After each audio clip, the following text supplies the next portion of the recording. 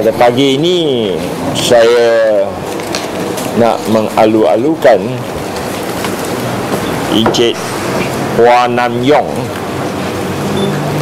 selaku pemimpin daripada Parti Keadilan, dan dia merupakan seorang pengasas, boleh dikatakan, dalam pemenuhan Parti Keadilan dalam tahun 1999.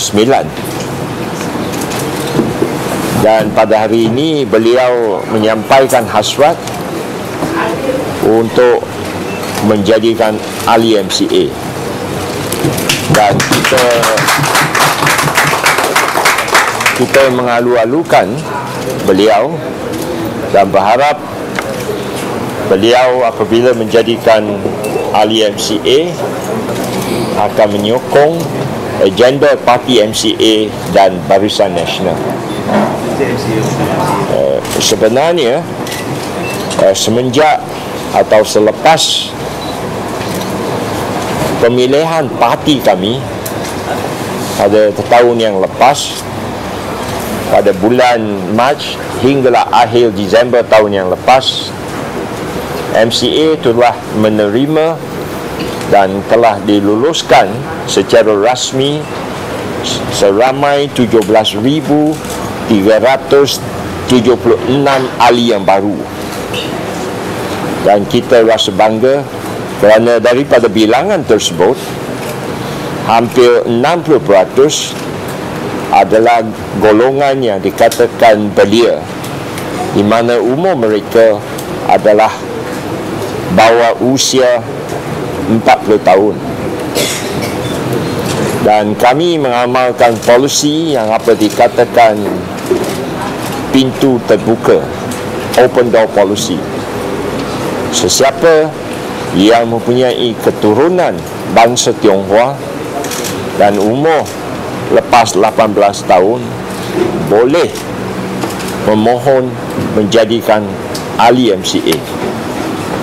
Dan saya perhatikan lepas pilihan raya yang lalu, bilangan pemimpin-pemimpin daripada PKR termasuklah dalam Pakatan Rakyat atau Keadilan, boleh dikatakan semakin hari semakin ramai yang keluar daripada parti. Dan ini termasuklah hingga hari ini, kalau saya tidak silap, 13 ahli parlimen, ahli-ahli yang berhormat hingga hari ini. So ini adalah satu isyarat kepada pengundi dan rakyat Malaysia bahawa kalau sebuah parti tidak mampu mentadbir dan mengurus dengan baiknya parti sendiri, dan ahli-ahli yang berhormat yang keluar secara beramai-ramai telah menyatakan secara terbuka mereka kecewa, mereka sudah hilang keyakinan terhadap kepimpinan, maka kita berharap rakyat sedar bahawa ini adalah sebuah parti yang belum menjadi parti pemerintah juga di peringkat pusat, sudah dalam keadaan huru-hara.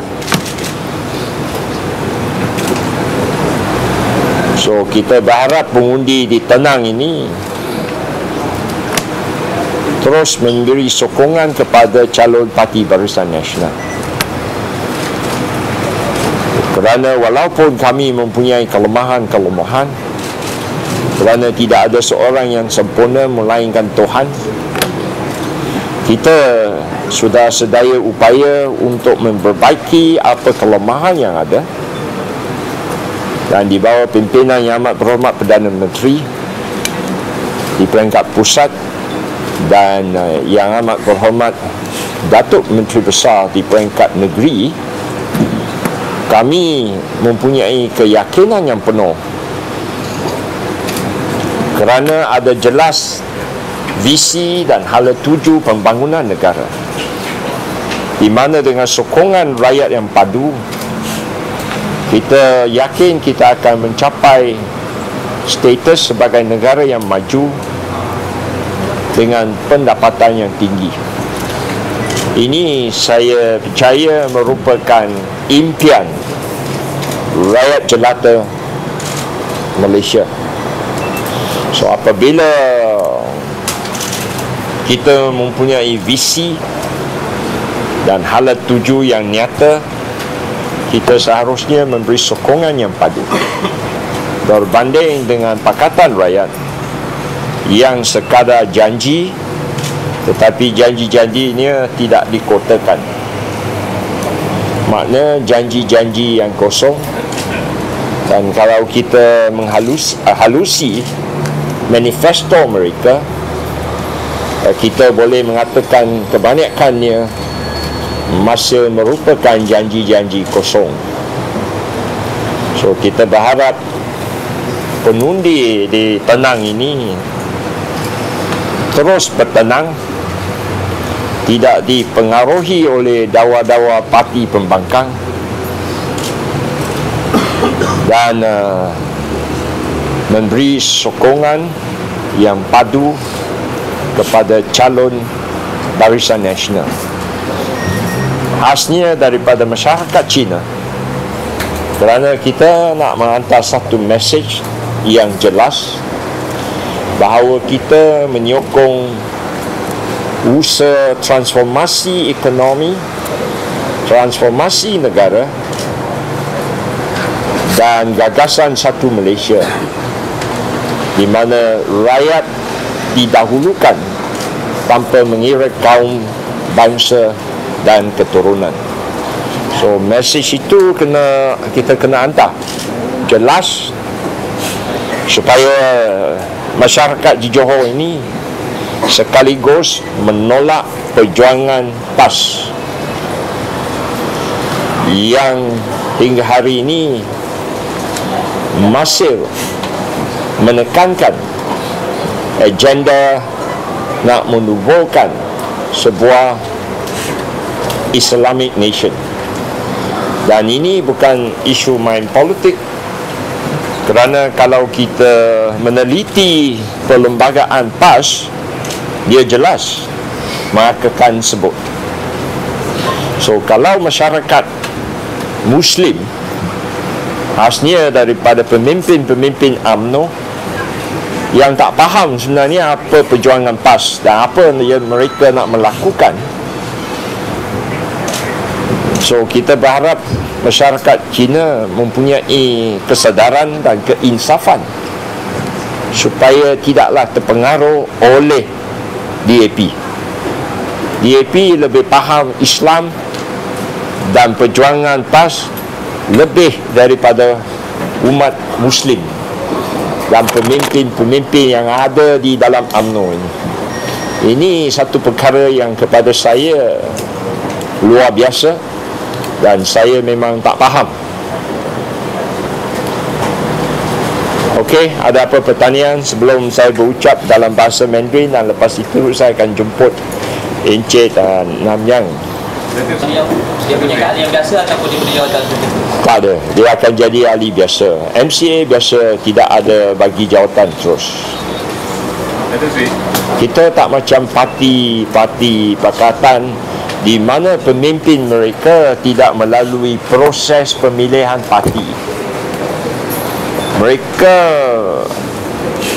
kononnya jawatannya merupakan satu kurniaan macam dia tidak ada pilihan dalam parti, dia dianggap sebagai de facto leader. Sejak bila dia punya masa masukkan? Nah, hari ini dia akan masuk MCA, so kita terima. Dia ada ahli-ahli yang lain, tapi saya mengatakan tak sesuai datang ke Penang lah, kerana kebanyakan adalah di wilayah, sebahagiannya di Perak dan Selangor. So mungkin dia kumpul di ibu pejabat MCA lebih sesuai lah. pemimpin DAP menyatakan bahawa dalam kempen mereka sokongan kepada PAS di Tenang ini adalah bukan untuk PAS tapi untuk memenangkan PKR, untuk menangkan kedudukan PKR saja. Tak. Ini adalah usaha untuk menipu rakyat. Kerana saya mengatakan, kalau kita tengok tiga-tiga parti, Keadilan, PAS dan DAP, tadi saya sebut yang keluar secara beramai-ramai daripada Keadilan, termasuklah hingga hari ini ahli yang berhormat. So kalau Pakatan menang dalam pilihan raya, dan saya tak yakin dia boleh menang lah di peringkat pusat, yang akan menjadi taiko atau big boss bukan Datuk Seri Anwar, bahkan datang daripada PAS. Itu memang kami percayalah, kerana dia lebih disiplin, mempunyai parti dan resources yang lebih banyak berbanding dengan DAP dan juga Keadilan.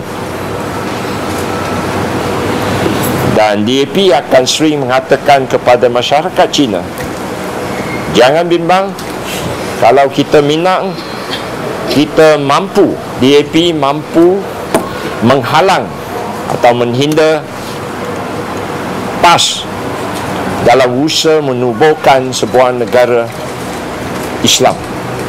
DAP akan kata dengan masyarakat Cina. Tetapi kita mengatakan satu contoh yang paling baik ialah lepas pilihan raya yang lalu di Perak, di mana DAP menang 18 kerusi DUN,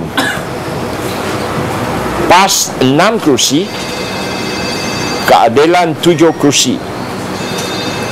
So di sebuah negara yang mengamalkan demokrasi, dan sesiapa yang menang dengan majoriti seharusnya mengambil alih pucuk pimpinan di Perak. Betul tak?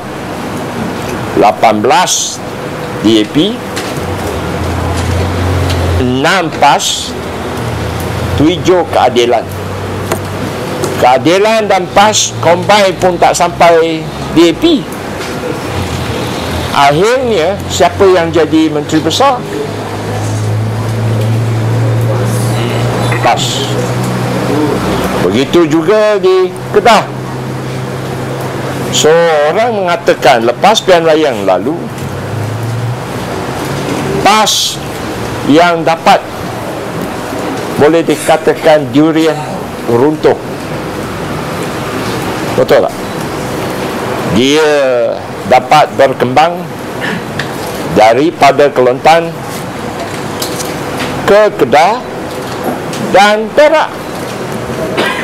Walhal di Perak, bilangan masyarakat Cina, saya yakin sampai sekurang-kurangnya 45%. Tetapi DAP serah kepada PAS. Walaupun dari segi DUN atau kerusi yang dimenangi jauh berbanding dengan PAS. So, apa kesimpulan kita boleh buat? Iaitu PAS, DAP akan tunduk kepada PAS. Ini satu yang paling baik contohnya. So, bila sampai ke pusat, lagi tak payah cakap. Kerana di pusat, PAS akan bertanding untuk parlimen, lebih banyak kursi dia berbanding dengan DAP. So PAS akan sentiasa menjadi taiko.